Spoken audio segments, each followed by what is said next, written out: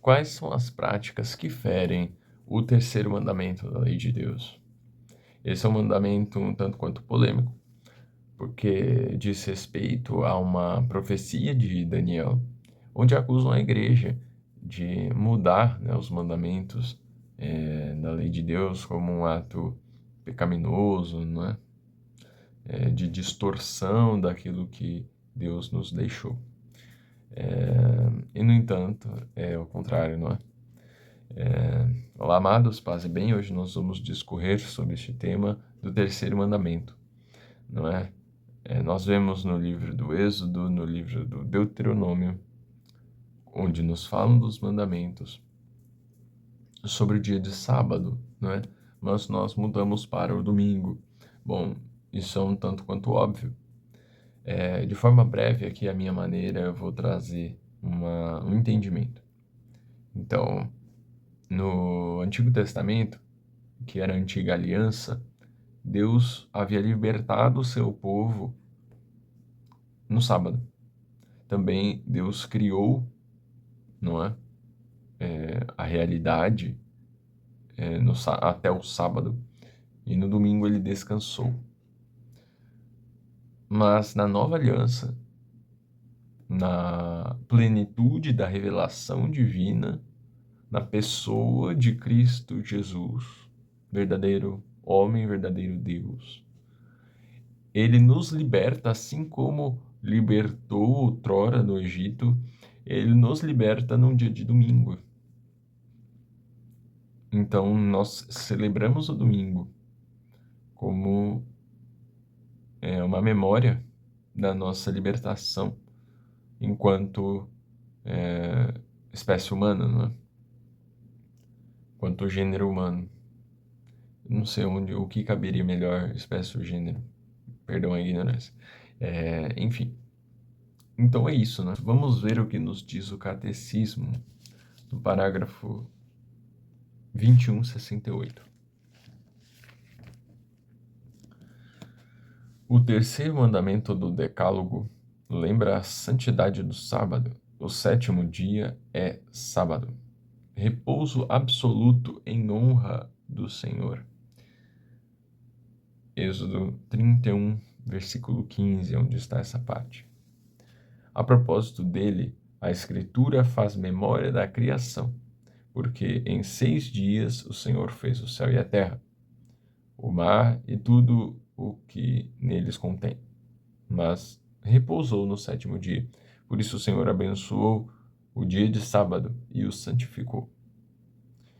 No dia do Senhor, a Escritura revela ainda um memorial da libertação de Israel da escravidão do Egito. Deus confiou o sábado a Israel para que ele pudesse guardá-lo em sinal da aliança inquebrantável. O sábado é para o Senhor santamente reservado ao louvor de Deus, de sua obra de criação e de suas ações salvíficas em favor de Israel. O agir de Deus é o modelo de agir humano. Se Deus retomou o fôlego no sétimo dia, Êxodo 31, 17, também o homem deve folgar, deixar que os outros, sobretudo os pobres, retomem seu fôlego. O sábado faz cessar os trabalhos cotidianos e concede uma pausa. E é um dia de protesto contra as escravidões do trabalho e do culto ao dinheiro.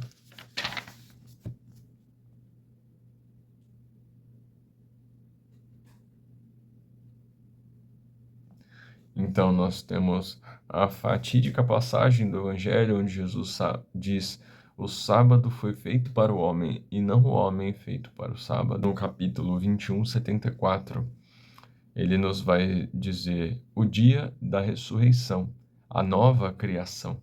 Jesus ressuscitou dentre os mortos no primeiro dia da semana, enquanto primeiro dia, o dia da ressurreição de Cristo, lembra a primeira criação, enquanto o oitavo dia, que segue ao sábado, significa a nova criação inaugurada com a ressurreição de Cristo. para os cristãos, ele se tornou o primeiro de todos os dias, a primeira de todas as festas, o dia do Senhor.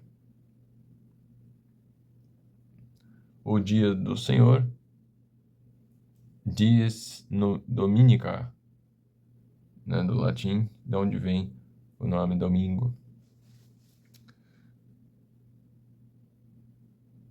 Então, então, o dia de domingo, nesse caso, seria a plenitude da revelação divina, não é? Capítulo 21, 75. O domingo se distingue expressamente do sábado, ao qual sucede cronologicamente a cada semana e cuja prescrição ritual substitui para os cristãos. Leva à plenitude na Páscoa de Cristo, a verdade espiritual do sábado judeu e anuncia o repouso eterno do homem em Deus, pois o culto da lei preparava, o mistério de Cristo, e o que nele se praticava prefigurava de alguma forma algum aspecto de Cristo. Então, nós temos também, né, a questão da Eucaristia Dominical, não é? Que foi onde o Senhor ressuscitou e portanto, né, entregue a nós, onde Ele buscou a sua comunhão conosco, né? Então isso nos traz uma obrigação aos domingos e os dias de festa, não é? Então nós temos na nossa liturgia alguns dias. Quais são eles? São pelo menos 3. Nós temos na liturgia um culto de memória. Então nós fazemos isso com alguns. Nós temos isso com alguns santos, né? Então, porque não se dá para fazer um dia para cada santo. Tem mais santo que dia. Então, não daria. Então, nós pegamos alguns santos pontuais para celebrar certos dias e nos demais há simplesmente memória, né? Então, nós temos memória de vários santos em apenas um único dia. E esse é o culto de memória que nós temos. Depois nós temos o dia de festa. Então, esse santo pontual que nós decidimos celebrar especificamente, aí nós chamamos de festa. Como, por exemplo, nós temos o Santa Teresinha, do Menino Jesus, São Francisco de Assis, o nosso padroeiro Santo Antônio, da paróquia. Então, nesse santo nós paramos, né? Normalmente até fazemos a novena, no caso de Santo Antônio, a trezena, e celebramos, né, em Deus o dia deste santo. Mas essa festa não é o que está previsto nos mandamentos. Então, memória, festa e a solenidade. A solenidade seria o nosso culto máximo, por assim dizer, né? Seria um festão, sei lá. E são esses. O que acontece é que em algumas dessas solenidades a igreja declara que é preceito.